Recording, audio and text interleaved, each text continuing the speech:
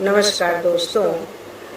हल्दी घाटी का जब युद्ध हुआ था तो अकबर का जो सेनापति था उससे अबुल अबुल फजल उसका नाम था। और अकबर की सेना में मान सिंह थे और राणा प्रताप से जब युद्ध हो रहा था दोनों सेना के, तो उसी समय का यह वर्णन है कि जो सेनापति था अबुल फजल का, उसने जाकर के अबुल फजल से क्या कहा कि मतलब दोनों एक जैसे दिखाई दे रहे हैं तो मैं कैसे पहचानूं कि शत्रु हैं तो मित्र हैं। तो उसके बाद देखिए क्या होता है, उसी पर मैंने ये रचना लिखी है। हल्दी घाटी युद्ध हुआ, लड़ता भाई से भाई था, एक तरफ था देशभक्त तो दूजे और कसाई था।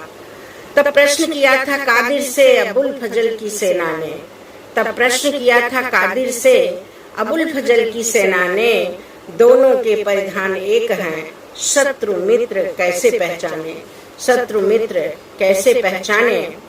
और बोला कादिर तीर चलाओ दोनों को मारो काटो, बोला कादिर तीर चलाओ दोनों को मारो काटो, जीत हुई तो खुदा नवाजी, हारे तो उनको बांटो, जीत हुई तो खुदा नवाजी, हारे तो उनको बांटो।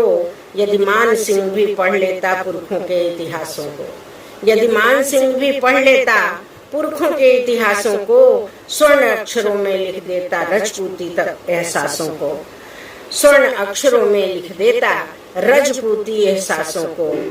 लिखा गया है जो पहले से उस पर क्या लिख पाऊंगी, लिखा गया है जो पहले से उस पर क्या लिख पाऊंगी। आस पास जो हो रहा घटित उस पर कलम चलाऊंगी, आस पास जो हो रहा घटित उस पर कलम चलाऊंगी।